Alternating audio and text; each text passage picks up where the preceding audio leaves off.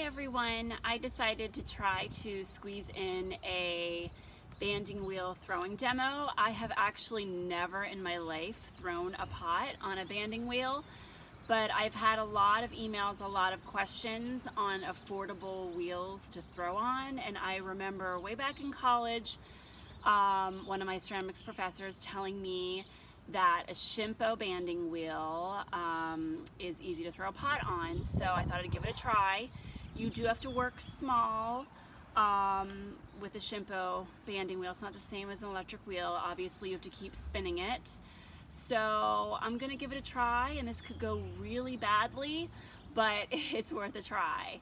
And if you hear a rooster in the background, I do have chickens.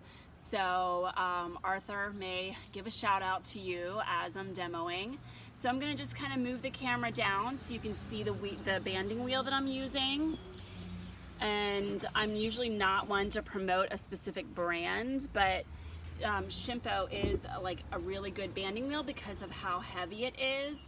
And you know, this is basically your flywheel that you're throwing on. It has weight to it. That's what makes a Shimpo banding wheel so good to work with. So I'm gonna kind of have at it here. I have a feeling this is going to be a little bit messy, so I am doing this outside on my kids' fort deck. So just as I would start throwing on a regular wheel, I'm gonna moisten the surface. And the softer the clay, the better. I'm gonna slam the ball of clay down, and I can begin centering.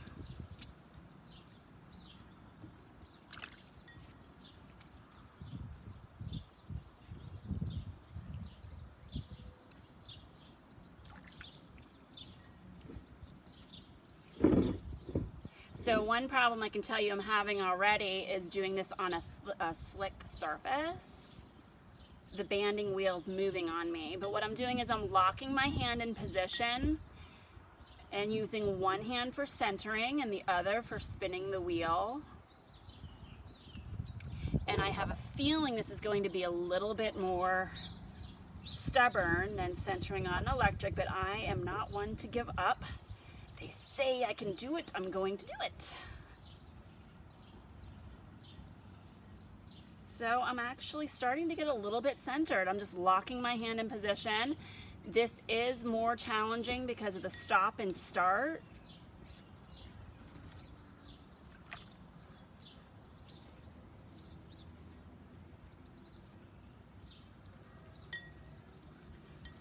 But I want to keep the video rolling because I want you to see realistically how much longer it takes to center.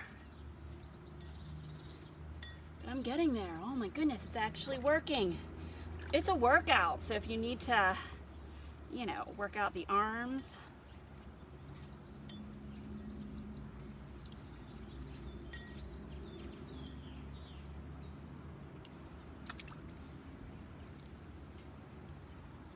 So I'm relatively centered. It's a little off center, but I think I'm gonna open up. Let's go for it.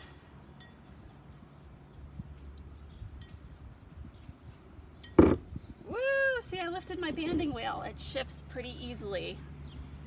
So I think if I had to do this again, I would do it on like a concrete surface because the concrete has a little more grip to it. This is comically tiring though, I do have to admit.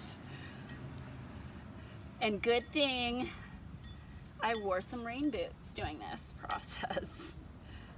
But I am not one that is afraid of getting dirty. So now pulling up the walls, that's gonna be interesting because I usually use two hands for that. So let me recenter the wall.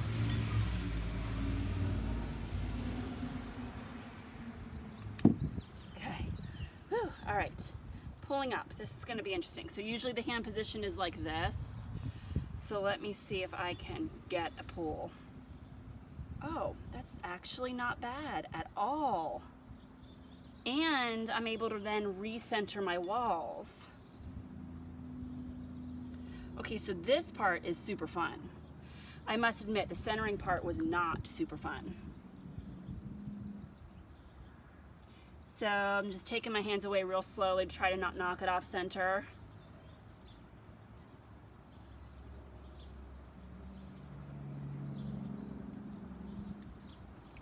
And I'm getting messier because I tend to throw with a lot of water, so maybe I need to break that habit for the sake of throwing on a banding wheel.